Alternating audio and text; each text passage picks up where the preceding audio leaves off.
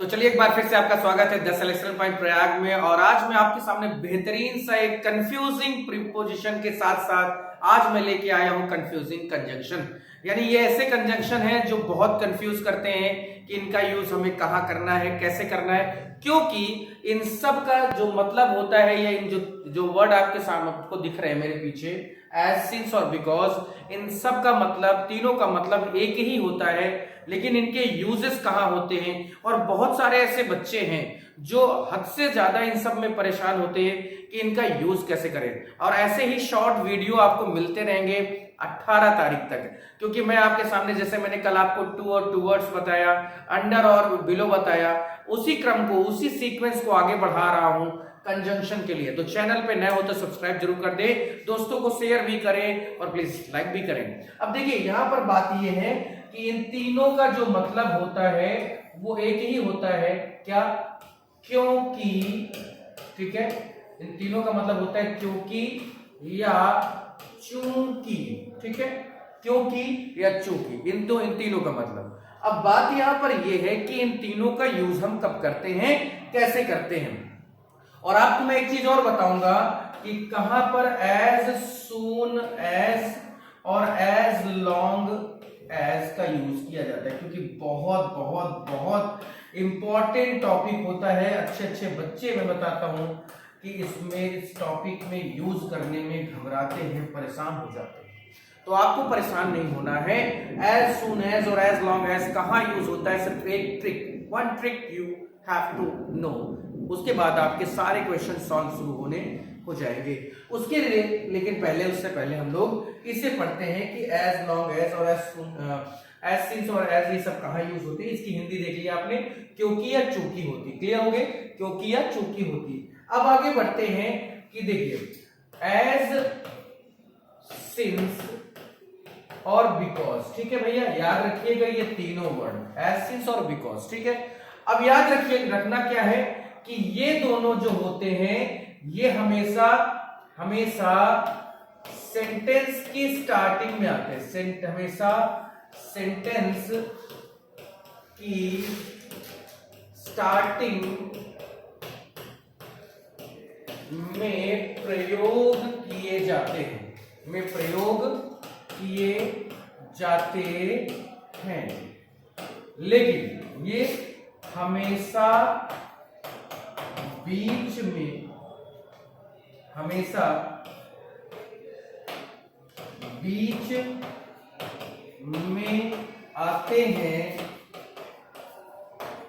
लेकिन कभी कभी, ठीक है, याद रखिएगा, कभी कभी शुरुआत में भी आते हैं, शुरुआत में भी आते हैं, ठीक है। क्लियर हो गई बात। यानी एज और सिंस की हम बात करते हैं तो ये दोनों हमेशा सेंटेंस की शुरुआत में आते हैं और बिकॉज हमेशा सेंटेंस के बीच में आता है। अब बात यहां पर यह कि सर जब एज और सिंस शुरुआत में आएंगे तो सर हमें इनके साथ जो दूसरा सेंटेंस जोड़ना होगा उस पर क्या करना है सर, उसको हम कैसे करेंगे? वहां पर क्या लगाएंगे सर, सो लगाएंगे कि देन लगाएंगे कि देन लगाएंगे, या क्या ऐसा करना होगा सर जिससे हमारी ये प्रॉब्लम क्लियर हो जाए?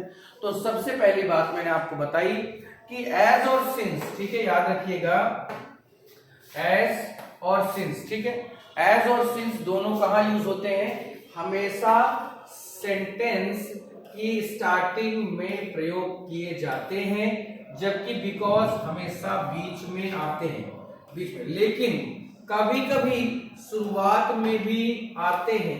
यानी जो कंजंक्शन बिकॉज होता है वो ज्यादातर कंडीशन में हमेशा कब आता है, हमेशा बिकॉज बीच में आता है, लेकिन जनरली 99% कंडीशन में जो बिकॉज होता है वो बीच में ही आता है। लेकिन कभी कभी होता क्या है, ये सेंटेंस की शुरुआत में भी आ जाते हैं, ये सेंटेंस की शुरुआत में भी आ जाते हैं। और जब ये सेंटेंस की शुरुआत में आते हैं तो फिर हमारा जो दूसरा सेंटेंस होता है उसको कहां रखना होता है, उसके पहले हमें किस कंजंक्शन का यूज करना होता है। तो ये सारी बातें आप देखिए आगे। देखिए जैसे मैं लिख रहा हूं कि एज, ठीक है, आपको दिख रहा है, थोड़ा सा और मैं इसको हटा देता हूं जिससे कलर दूसरा ले लिया जाए। एज, ठीक है, एज ही इज वीक, ठीक है, as he is weak so he could not run. ठीक है भैया, चलिए आइए इस सेंटेंस में एरर कहां है बच्चे, इस सेंटेंस में एरर कहां है? तो देखिए सीधी सी बात है, एज शुरू में आया तो इसकी हिंदी हुई क्यों की, तो क्योंकि वो कमजोर है, क्योंकि वह कमजोर है, वीक है, इसलिए। बड़ा अच्छा लग रहा है, अच्छा तो लग ही रहा है, क्योंकि सो का मतलब इसलिए होता है दिल में एकदम खुशी आ गई, हाय हाय कितना मजा आ गया, सेंटेंस तो सही है, नो एरर मारो चाप के। लेकिन नहीं, यही तो दिक्कत, यही दिक्कत।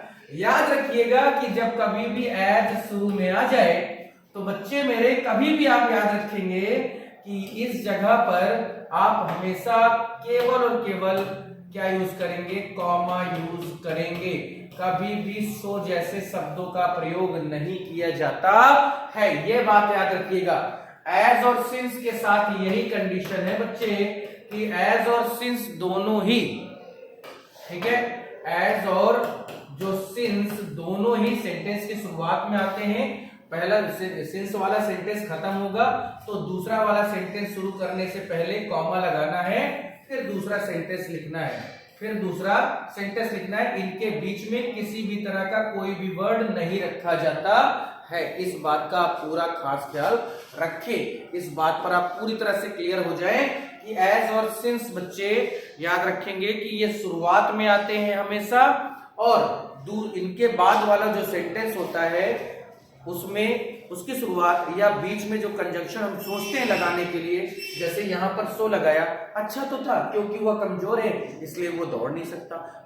दिक्कत कहां थी, बेकार कहां लग रहा है? अच्छा तो लग रहा है, बोलने में अच्छा लग रहा है, सुनने में अच्छा लग रहा है, लेकिन ग्रामेटिकली हम कभी भी एज के साथ सो का यूज करते हैं, ऐसा नहीं करते। लेकिन जब वो कंडीशन आती है इतना और जितना वाली, समझ रहे हैं? ये एज क्योंकि का सेंस दे रहा है, since he is week comma he could not run, क्योंकि वह कमजोर है, चूंकि वह कमजोर है, चूंकि वह वीक है इसलिए वो दौड़ नहीं सकता। तो इसलिए वो निकलेगा, हमारी जबान से बाहर आएगा बार बार, लेकिन हमें इसका यूज नहीं करना। अब बाकी देखियो, आई विल